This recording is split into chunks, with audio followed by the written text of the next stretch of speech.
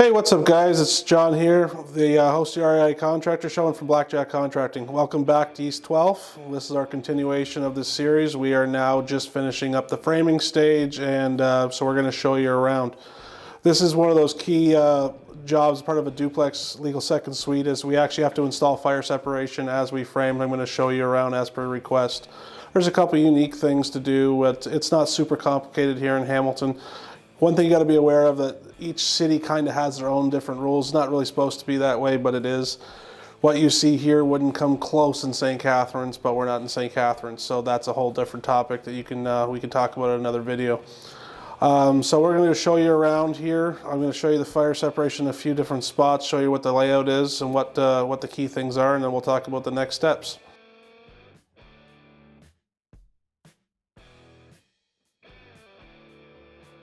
So as you can see here, up in the top corner, you can see we got this 1/2-inch drywall strip along the top of the framing. Now this is a 6-inch strip that goes right to the foundation wall. This is a fire block, okay? So we're working with the Part 11 of the building code. We're actually only building a 20-minute fire separation. Most of the work we do is actually for sound. But you'll notice here, it's all along the top, and it's up to the block all the way along the corner. And what happens is, if the fire happened to be behind the wall, it would be a 15-minute block, 20-minute block up here. The wood is actually rated for 15 minutes, but because we build this off 2 inches in order to fit our insulation, we need this block at the top.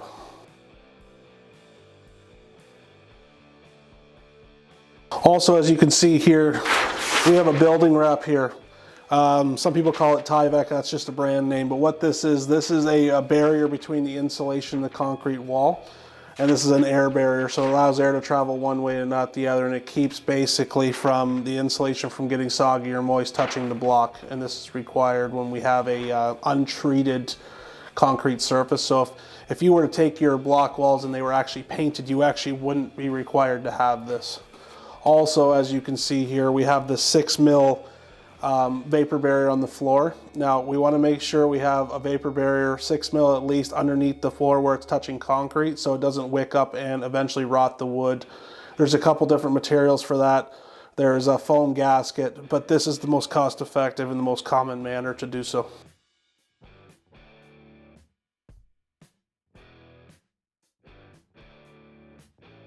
Now as you notice here, this is an interior wall, but we still have our 1/2-inch strip of drywall. This is a point of contention between cities, but in this area they require this. The theory behind it is because we're going to be using a resilient channel on the ceiling, which is 1/2 inch. When that drywall comes across the ceiling, it'll actually meet perfectly with this drywall and continue the fire separation right along. Plus, it adds a fire block as we go up.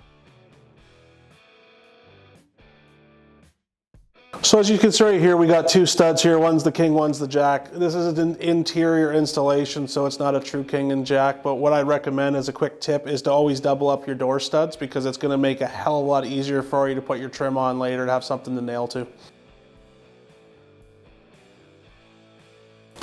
So you may notice I'm standing right where the furnace used to be in our previous video, that big monstrosity, as why we have the big condensate line sticking out of the ground here. We're actually relocating the furnace over into its own room after this, and the furnace trunks are going to be replaced, so we have this big open room. I'm going to take you over there. I'm going to show you one little tip to do with the furnace rooms before we go and install everything. So I'm standing in the future furnace room here, and there's one of the things that are key to know about this is that with the furnace room, you have a choice between fire rating the ceilings or the walls. Now, when the room is sitting like this, there's nothing in it, it might take the opportunity to fire rate the ceiling, because right now it would be pretty easy to do so. And then that would mean, if we fire rate the ceiling, that this furnace is part of the basement suite.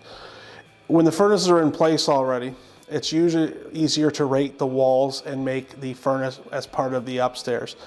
So which would mean a fire door standing right in front of me, and we would drywall this wall right here with 5/8 on both sides. It'd be a fire rated assembly, so there'd be insulation, resilient channel, and probably 2 layers on the other side. I'll try to get you a good view of this with the camera, but up in the ceiling here, we need to take these wall drywall right to the floorboards. So it's a lot easier to do that now than it is after all the mechanicals are installed, and that's a lot of mistakes I've made, everybody's made, and we try to eliminate that now. If you do that now, it's going to save you a hell of a lot of time fireproofing in the future. So I'm standing here in the staircase heading down to the basement. Now this used to be the landing going down from the upstairs to the downstairs. Now this is going to become the main floor laundry closet. The wall I'm touching right here is now the fire separation wall. So basically this wall is going to have that same assembly as downstairs. It's going to have 5/8 drywall, insulation, resilient channel, and 5/8 drywall. Now this is where the laundry, we're going to have some plumbing to go through. Now we're in pretty tight space here, so we have to pull out some tricks on this one, but normally the best situation is build one wall and use this as your fire separation. Then build another wall on the inside and run all your plumbing and electrical through so it doesn't break the fire separation. If you do that, you'll have a much better time with your inspectors. In this case, we're going to have to put the plumbing and electrical in the side wall because we do not have the room forward or back to build the plumbing wall inside of here. So that's it from site for now. We're going to head back to the studio and we'll finish up this episode. So thanks for coming with us through our East 12th update. So as you see, framing's just wrapping up there. So our next steps are going to be all the trades. This is one of the more important, one of the lengthier stages. So I like to have the HVAC guy, HVAC company go first because all their stuff is rigid and less flexible, where plumbing's more flexible and electrical's the most flexible. So I like to do it in that order. I like to go HVAC, plumbing, then electrical. This stage takes about 2.5 weeks, and at the end of it, we're going to have our first building inspection. We'll do framing, plumbing, and HVAC at the same time, and the electrical inspection is done by the Electrical Safety Authority, which is completely separate. This video, thanks for Brandon Joseph for asking the questions. So we hopefully this answered all your fire separation questions, and please keep commenting and ask for if there's any more you'd like to know about. So we'll be back after we get the rough-ins done, and then we'll be off to the sound and an insulation stage. Thanks for watching, and please like and subscribe.